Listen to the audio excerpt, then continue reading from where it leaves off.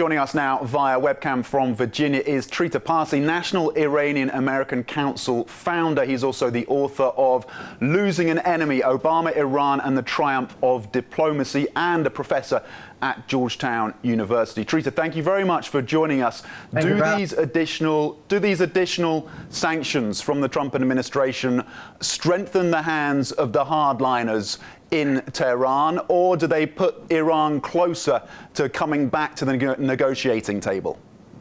It makes sure that the Iranians will not come to the negotiating table with this administration, at least not as long as they continue on this path.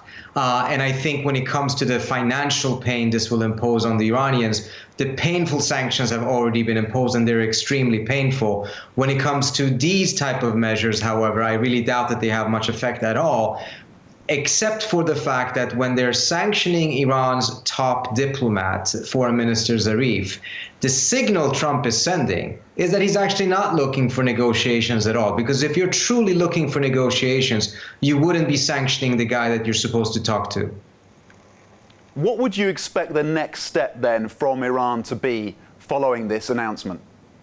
I think the Iranians are going to continue to now move forward with setting aside some of the restrictions that the JCPOA imposed on them. From their perspective, they're the only country living up to the deal. The US is out, of course, and it's punishing countries that are living up to the deal. The Europeans say that they really want to keep the deal, yet they are very respectful of Trump's sanctions and abiding by them, but they're not abiding by their own obligations under the JCPOA. So the Iranians are now saying, okay, well, then they're going to start pulling out as well and see if that changes the perspective and the minds of the Europeans and the Chinese and the Russians and gets them to actually come in a much more forceful and concrete way in providing Iran with the economic benefits that it was promised. If they don't, then I think the Iranians are going to continue to counter-escalate until something changes.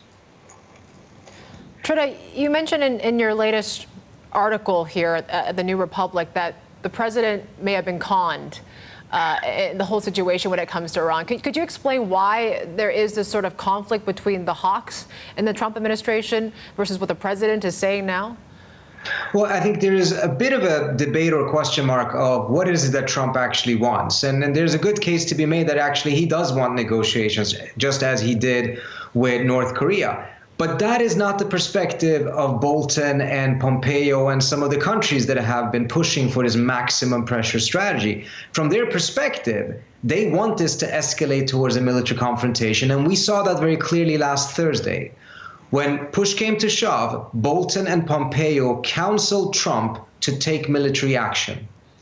Trump didn't listen to them. And he seems to double down on this maximum pressure strategy, but he seems to genuinely believe that it would lead to negotiations, whereas Pompeo and Trump seems to believe and calculate that it actually will lead to a military confrontation. And this is part of the problem the Iranians are having.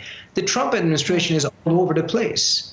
Trump has one perspective and one objective, and Bolton has a completely different one. It's a very difficult thing for them to engage with an administration that actually is in conflict with itself.